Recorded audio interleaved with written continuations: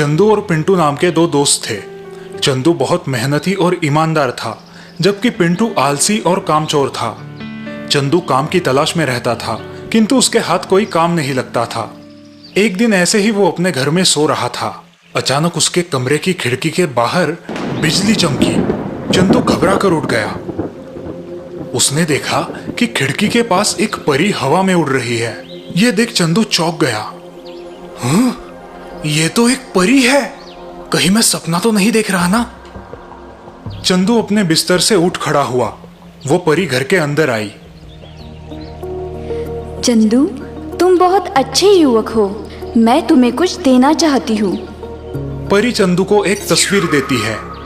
चंदू, ये एक जादुई घर की तस्वीर है। इस घर में बहुत सारे हीरे जवाहरात छुपे हैं जो तुम्हें मिल जाएंगे, लेकिन घने जंगल में छुपे इस घर को तुम्हें खुद ही ढूंढना होगा। और याद रहे, अगर तुमने लालच करके कुछ मांगा तो तुम हमेशा के लिए इस घर में कैद हो जाओगे। दूसरे दिन चंदू ने अपने दोस्त पिंटू को ये सारी कहानी बताई और उस तस्वीर को अपने साथ लेकर वे दोनों उस जादुई घर की तलाश में निकल पड़े। जंगल में उस जादुई घर को ढूंढते ढूंढते वो काफी दूर तक आ पहुंचे और आखिर में उन दोनों को वो जादुई घर मिल ही गया। तुम यही रुको, मैं अंदर जाकर देखता हूँ कि अंदर क्या है। चंदू अकेले ही सब धन लेना चाहता है, लेकिन मैं ऐसा नहीं होने दूंगा। रुक जाओ चंदू, मैं भी तुम्हारे साथ आता हूँ। ठीक है, चलो, लेकिन याद है ना परी ने क्या कहा था? अगर लालच में आकर अपना हिस्सा लोगे तो हमेशा के लिए उस घर में कैद हो जाओगे, इसलिए जरा सोच संभल कर बर्ताव करना। वो दोनों उस जादुई घर के अंदर जाते हैं। जैसे ही वो घर के अंदर जाते हैं, घर का दरवाजा अंदर से अपने आप बंद हो जाता है।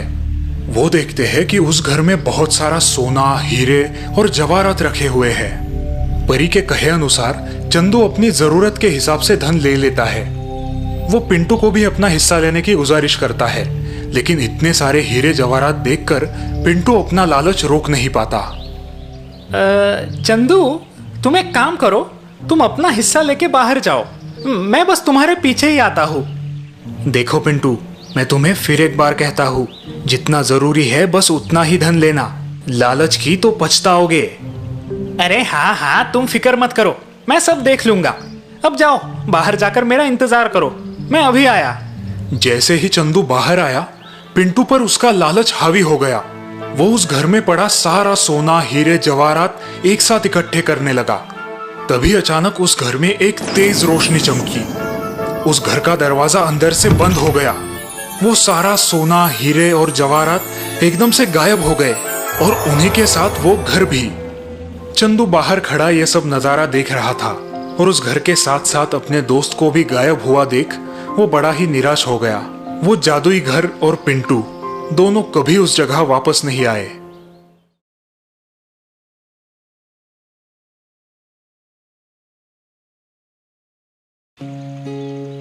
एक गांव में भोला नाम का एक आदमी रहता था। वो हर दिन गांव के गलियों में जाकर नारियल पानी बेचा करता था और उन पैसों से अपना जीवन व्यतीत करता था। सेहत के लिए सबसे फायदेमंद ताजा ताजा नारियल पानी ले लो। कुछ दिनों बाद रेलवे स्टेशन के बाहर उसने एक दुकान खोला। सुबह शाम वहां टहलने आने वाले लोग उससे नारियल खरीदा करते थे, जिसकी वजह से उसके दुकान पर बहुत भीड़ हुआ करती थी। भोला स्वभाव का बहुत अच्छा था। गरीब होते हुए भी वो जरूरतमंद लोगों की मदद किया करता था। एक दिन उसे रामू नजर आता है, जो खिलौने बेचा करता था। रामू काफी भूखा और थका हुआ लग रहा था। अरे रामू, तुम तो काफी थके भूखे लग रहे हो। ये लो, ये नारियल पानी पी लो। लेकिन मेरे पास पैसे नहीं है। मैंने कहा तुमसे पैसे मांगे, ले लो। जब मेरे खिलौने बिक जाएंगे तब मैं आपके सारे पैसे दे दूंगा। ये बोलकर रामू नारियल पीने लगता है। उस दिन से रामू भोलू के दुकान पर आकर रोजाना पैसे देकर नारियल पानी पीने लगा। दोनों में काफी अच्छी दोस्ती हो जाती है। एक दिन ऐसे ही रामू भोलू के दुकान पर आता है। अरे, आज ये भोलू चाचा कहाँ गए? रामू चुपचाप वहां से निकल जाता है। अगले दिन रामू वापस भोला के दुकान पर आता है, लेकिन आज भी दुकान बंद होता है। अरे, आज भी भोला चाचा नहीं आए, क्या हुआ होगा? मुझे जाकर देखना चाहिए। रामू लोगों को पता पूछते पूछते भोलू के घर आ जाता है। रामू देखता है कि भोला चाचा चद्दर ओढ़कर सोए हैं। चाचा क्या हुआ आपको? आप बहुत कमजोर दिख रहे हैं। 2-3 दिनों से आपका दुकान बंद था, इसलिए मैं देखने के लिए आ गया। बेटा, मेरी तबीयत बहुत खराब है। आप घर में अकेले हैं क्या? आपकी देखभाल करने के लिए कोई नहीं है? नहीं। घबराओ मत भोलू चाचा, मैं अभी डॉक्टर को ले आता हूँ। रामू दौड़ता हुआ घर के बाहर जाता है। घर के बाहर निकलते ही उसे कुछ याद आता है। रामू अचानक रुक जाता है। वहां पास ही में एक नारियल का बड़ा सा पेड़ होता है। अरे, मेरे पास तो पैसे ही नहीं है। मैं डॉक्टर को क्या दूंगा? अब मैं कैसे भोलू चाचा की मदद कर सकता हूँ? रामू ये बात सोचकर बहुत नाराज हो जाता है। तभी अचानक, घबराओ मत बच्चे, मैं तुम्हारी मदद करूंगा। अरे, बोलने वाला पेड़, क्या तुम मेरी मदद करोगे? जी हाँ, क्यों नहीं, बोलो तुम्हें क्या चाहिए। हे जादुई पेड़, मुझे कुछ नहीं चाहिए, सिर्फ मेरे भोलू चाचा को ठीक कर दो। वो बहुत बीमार है और मेरे पास डॉक्टर को देने के लिए पैसे भी नहीं है। मैं तुम्हारी कोई भी एक इच्छा पूरी कर सकता हूँ। मतलब? या तो मैं तुम्हें बहुत सारे पैसे दे सकता हूँ या फिर तुम्हारे भोलू चाचा को ठीक कर सकता हूँ। बोलो तुम्हें क्या चाहिए। मेरे भोलू चाचा को ठीक कर दो, बस। ठीक है, ये लो, इस नारियल का पानी उन्हें पिलाओ, वो ठीक हो जाएंगे। रामू पेड़ का शुक्रिया अदा करता है और वापस भोलू के घर जाता है। जादुई पेड़ ने दिया हुआ नारियल पानी पीते ही भोलू एकदम ठीक हो जाता है। अरे, ये नारियल पानी तो कमाल का है, तुम्हें ये कहाँ से मिला? रामू उसकी खिड़की से भोलू को नारियल का वो पेड़ दिखाता है। क्या इसका जादू खत्म हो गया? शायद।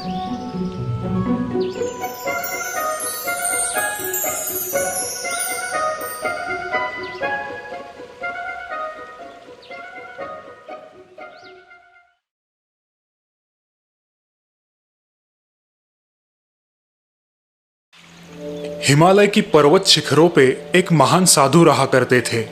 वो बड़े ही ज्ञानी, तपस्वी और शांति प्रिय थे।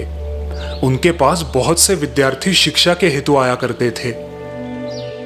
एक बार उनके एक शिष्य ने उनसे पूछा, गुरुदेव, आप इतने महान हो तो आपके गुरु कितने महान होंगे? क्या आप आपके गुरु के बारे में कुछ बताना चाहेंगे, जिनसे आपने इतनी शिक्षा प्राप्त की है? हाँ, क्यों नहीं। मेरे जीवन में 3 गुरु आए जिनसे मैंने अनमोल ज्ञान की प्राप्ति की। 3 गुरु? हाँ, मेरा सबसे पहला गुरु एक चोर था। चोर? ये कैसे हो सकता है? आप मजाक कर रहे हैं। नहीं नहीं, मैं सच कह रहा हूँ। एक रात मैं किसी गांव से गुजर रहा था। रात काफी हो गई थी और मैं सोने के लिए कोई आसरा ढूंढ रहा था। तभी मेरी नजर एक आदमी पर पड़ी जो किसी घर की दीवार में सुरंग बनाने की कोशिश कर रहा था। महाशय, क्या यहाँ पे मुझे कहीं पे रात भर के लिए आसरा मिल सकता है? आसरा? हाँ हाँ, क्यों नहीं, आप मेरे साथ रह सकते हो, लेकिन ये जान लीजिए कि मैं एक चोर हूँ। जी कोई बात नहीं, मैं एक सन्यासी हूँ, मुझे इन बातों से कोई फर्क नहीं पड़ता। और फिर मैं उस चोर के साथ उसके घर रहने चला गया। कुछ दिन मैं उसकी झोपड़ी में उसके साथ रहा। वो चोर बड़ा ही खुश मिजाज था। कभी वो चोरी करने में सफल रहता तो कभी असफल, लेकिन असफल होने पर भी वो कभी भी दुखी ना होता। अपने झोपड़े में आके आसमान को ताकता हुआ सो जाता था। वो एक मस्त मौला आदमी था। अपने जीवन में कभी भी निराश ना होने की सीख मैंने उसी से ली है। मेरा दूसरा गुरु एक कुत्ता था। कुत्ता? हाँ, एक कुत्ता। उस कुत्ते को बड़ी प्यास लगी थी, लेकिन जब भी वो पानी पीने नदी के पास आता, पानी में पड़ी खुद की परछाई देखकर वो डर कर वहां से भाग जाता। लेकिन जब उसकी प्यास बहुत बढ़ गई, हिम्मत करके उसने उस नदी में छलांग लगा दी। छलांग लगाते ही परछाई गायब हो गई। लेकिन अब वो पानी में डूबने लगा। घबरा कर वो जोर जोर से अपने पैर चलाने लगा, जिससे वो पानी में तैरने लगा और नदी के उस पार पहुंच गया। उस दिन मैंने सीखा कि अपने डर से भागो मत, उसका सामना करना सीखो। मेरा तीसरा गुरु 10 साल का एक छोटा सा बच्चा था, जो हाथ में जलता हुआ दिया लेके अपने घर की तरफ जा रहा था। मैंने उस लड़के को रोका। मैं उस लड़के की थोड़ी परीक्षा लेना चाहता था। मैंने मजाक में ही उसे पूछा, बेटा तुम जो ये दिया हाथ में लेके जा रहे हो उसमें ये रोशनी कहाँ से आई है? उस लड़के ने मेरी तरफ देखा और फिर बड़ी गंभीरता से उसने उस दिए को बुझाकर मुझसे कहा, क्या आपने देखा कि ये रोशनी कहाँ चली गई है? ये जहाँ चली गई है वहीं से आई थी। मैंने उस बच्चे को प्रणाम किया। देखो बच्चों, ये निसर्ग, ये जीवन ही हमारा सच्चा गुरु है।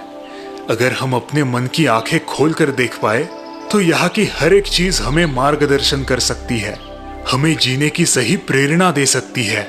अब ये आप पर निर्भर करता है कि आपको आपकी आंखें खुली रखनी है या बंद।